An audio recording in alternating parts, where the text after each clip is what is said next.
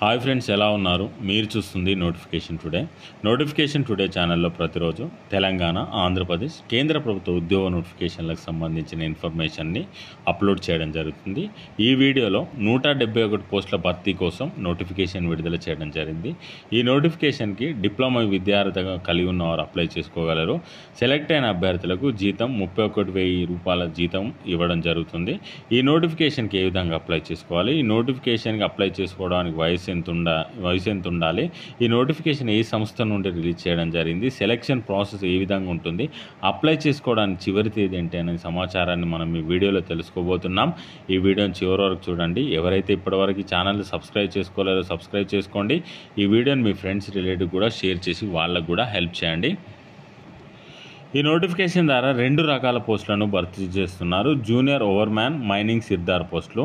Junior ఓవర్మ్యాన్ ఉద్యోగాలకు విద్యార్హతలు వచ్చేసి diploma in mining or mining engineering complete చేసిన వారు అప్లై చేసుకోండి.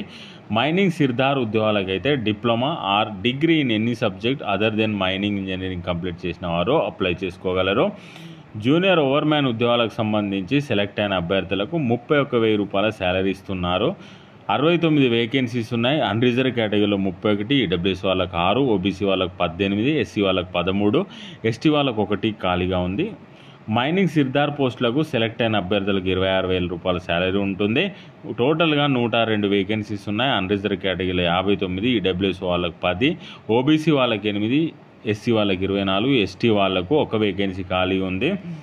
జూనియర్ ఓవర్మ్యాన్ ఉద్యోగాలకు సంబంధించి మ్యాక్సిమం ఏజ్ అన్రిజర్వ్ కేటగిరీలో 30, ఓబీసీ వాళ్ళకైతే 33, ఎస్సీ వాళ్ళకు 35, ఎస్టీ వాళ్ళకు 35. మైనింగ్ సిర్దార్ పోస్టులకు వయసు వచ్చేసి అన్రిజర్వ్ కేటగిరీలో 30, ఓబీసీ వాళ్ళకు 33, ఎస్సీ వాళ్ళకు 35, ఎస్టీ వాళ్ళకు 35. ఈ నోటిఫికేషన్కి ఆన్లైన్ ద్వారా దరఖాస్తు చేసుకోవాల్సి ఉంటుంది. ఆన్లైన్ ద్వారా దరఖాస్తు చేసుకున్న అభ్యర్థులకు ఆన్లైన్లోనే ఎగ్జామినేషన్ అయితే నిర్వహించడం జరుగుతుంది. సెలక్షన్ ప్రాసెస్ వచ్చేసి ఈ విధంగా ఉంటుంది. Method of selection will be based on return test 100 marks ఉంటాయి. ఇందులో పేపర్ 1 అండ్ పేపర్ 2 ఉంటుంది. పేపర్ 1 వచ్చేసి పార్ట్ 1 అంటారు. దానిలో 30 క్వశ్చన్స్ ఉంటాయి. General aptitude, quantitative aptitude and reasoning, general awareness సంబంధించి ఉంటాయి. డిప్లొమా లెవెల్లో ఈ క్వశ్చన్స్ అయితే అడగడం జరుగుతుంది. పార్ట్ 2లో 70 క్వశ్చన్స్ ఉంటాయి. ఇవి ఆబ్జెక్ట్ టైప్లో ఉంటాయి. మల్టిపుల్ చాయిస్ క్వశ్చన్స్ అయితే అడగడం జరుగుతుంది. అదేవిధంగా నో నెగిటివ్ మార్కింగ్ అయితే ఉండడం జరుగుతుంది. మీరు తప్పుగా సమాధానం ఇచ్చినా కూడా మార్క్స్ అయితే కట్ చేయడం జరగదు. తర్వాత మెడికల్ ఫిట్నెస్ టెస్ట్ ఉంటుంది.